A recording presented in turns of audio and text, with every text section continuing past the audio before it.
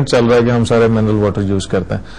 تو ایک تو یہ کہ ہم کو اسٹینڈرڈ کمپنیز کے بارے میں نہیں کہتے جو کہ ایسا کام کر رہی ہیں، لیکن جو بہت سارے منرل واٹر مارکیٹ میں اویلیبل ہیں، ٹیسٹوں نے یہ ثابت کیا ہے کہ وہ کوالٹی ان کی اتنی نہیں ہے.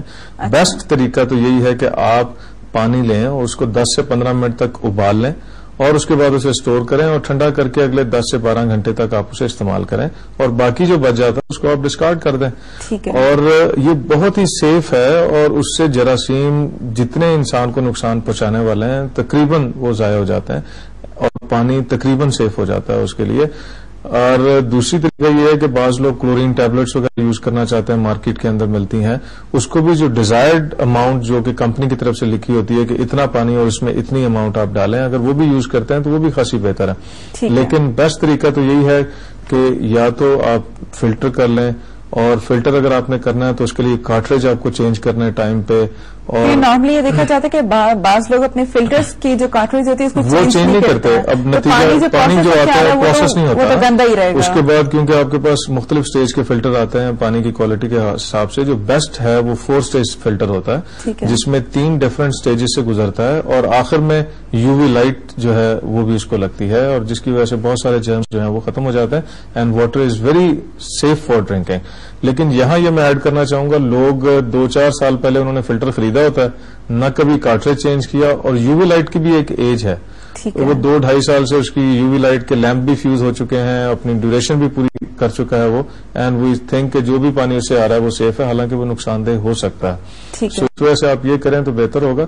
اور دوسرا یہاں ایک اور میں ایڈ کرنا چاہوں گا بات، کہ ڈائریا سے بچنے کے لیے ہائیجین آپ نے بہتر کرنی ہوگی.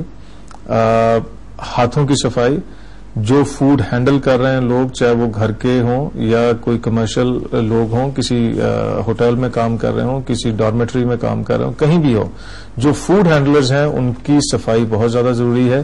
اگر وہ ڈائریا میں مبتلا ہیں، اگر وہ ہیپاٹائٹس کا شکار ہیں A اور E کا، اگر ان کو ٹائیفائڈ کا مرض ہو چکا ہے، یا کوئی ایسی بیماری جو کہ واٹر بورن ہو سکتی ہے اس کا وہ شکار ہیں، تو ideally they should be isolated, اور ان کو اس کھانے پکانے کے عمل سے دور رکھنا ہوگا. اور جب وہ بالکل اس اسٹیج سے باہر آ جائیں، طبیعت ان کی ٹھیک ہو جائے اور ان کو ٹیسٹ کر لیا جائے، only then they can be allowed to enter into this profession. اور یہی وجہ ہے کہ ہمارا یہ کمیونٹی میں پھیل جاتا ہے. اچھا، ڈائریا جیسے آپ نے بات کی کہ یہ کیا پھیلنے والی مرض ہے، ایک سے دوسرے لگ جاتا ہے؟ دیکھیے اس میں کیونکہ یہ فیکو اورل ڈیزیز ہے، آلودگی کے ساتھ اس کے جراثیم جو ہیں وہ سٹول کے ساتھ آ رہے ہوتے ہیں. تو جو بھی لوگ اگر اپنے صفائی کا خیال نہیں رکھتے اور پراپر صابن کا اور پراپر پانی کا استعمال نہیں کرتے، اس میں ایک رسک ہوتا ہے کہ وہ اپنے جو وائرس سکریٹ کر رہے ہیں وہ کہیں دوبارہ تو نہیں خوراک میں شامل کر دیں گے، کسی پانی میں تو نہیں شامل کر دیں گے. اس طرح سے یہ پھیلنے کا چانس ہوتا ہے، اس لیے ہمیں ضروری ہے.